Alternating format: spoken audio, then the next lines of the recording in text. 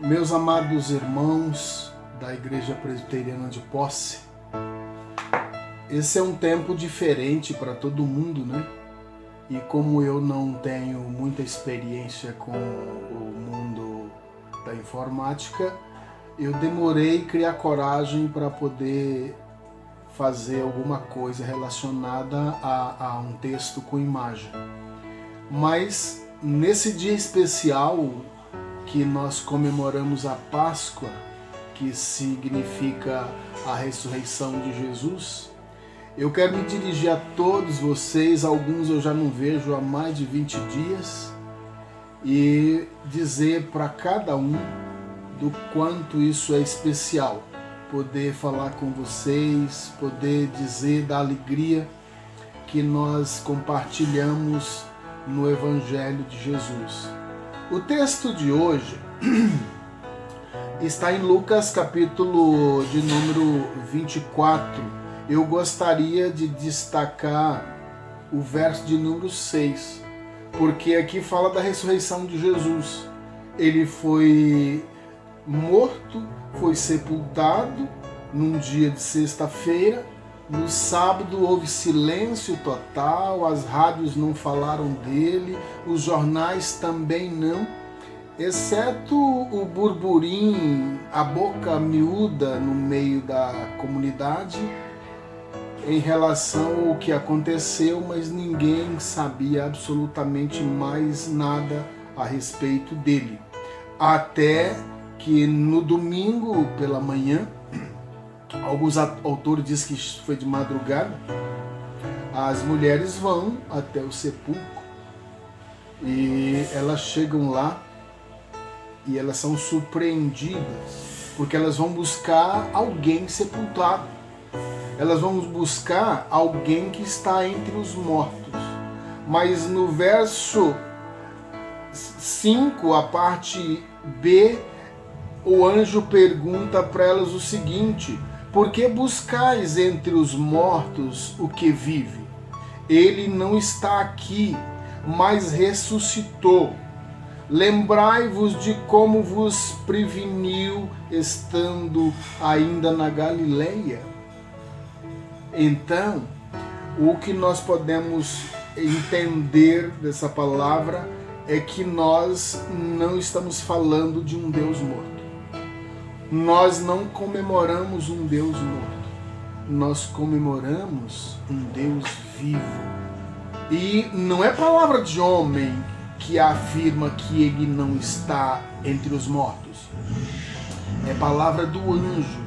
É o próprio Deus se manifestando para dizer àquelas mulheres que ele está vivo. E o túmulo dele está vazio. Às vezes, quando eu tenho uma curiosidade muito grande quando eu vou aos cemitérios, que é de ficar olhando as placas.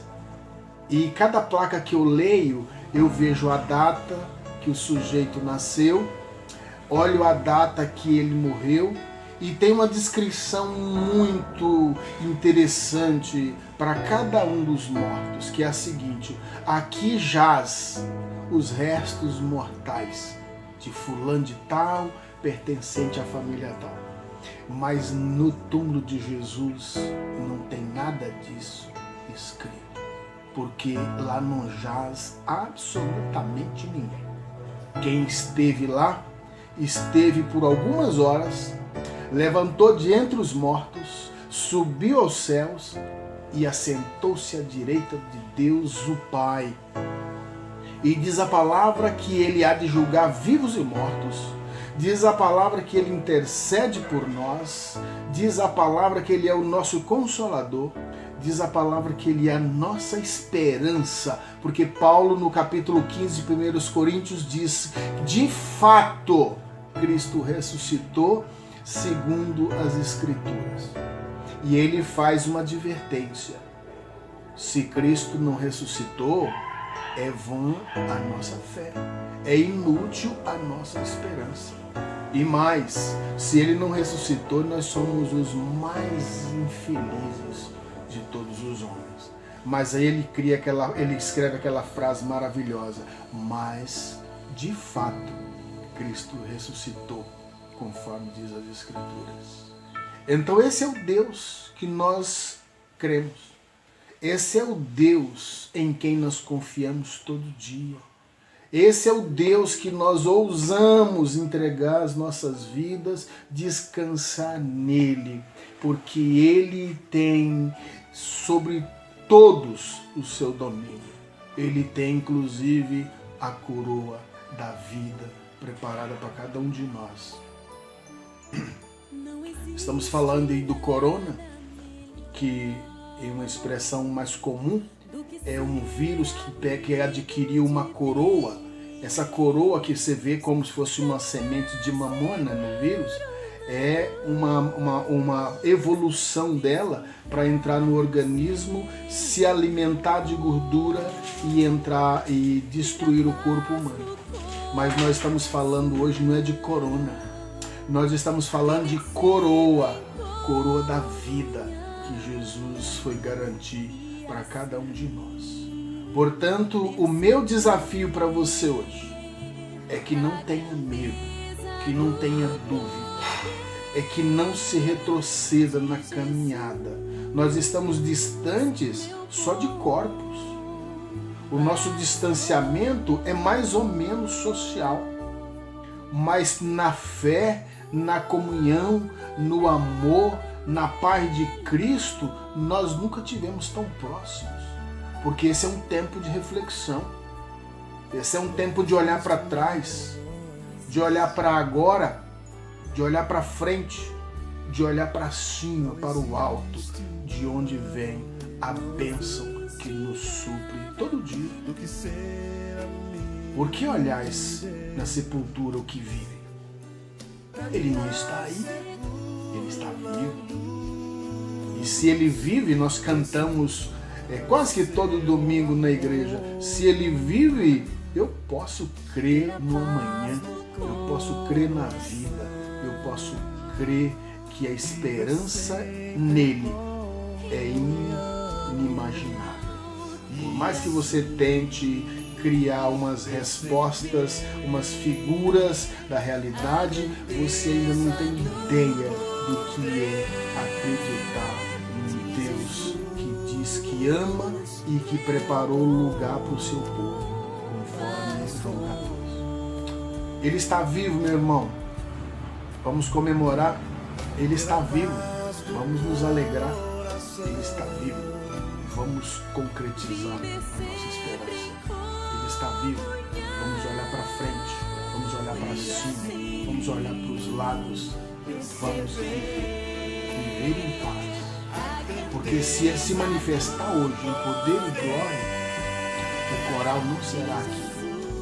O coral será lá em cima. Se ele se manifestar hoje em poder e glória, a festa está garantida.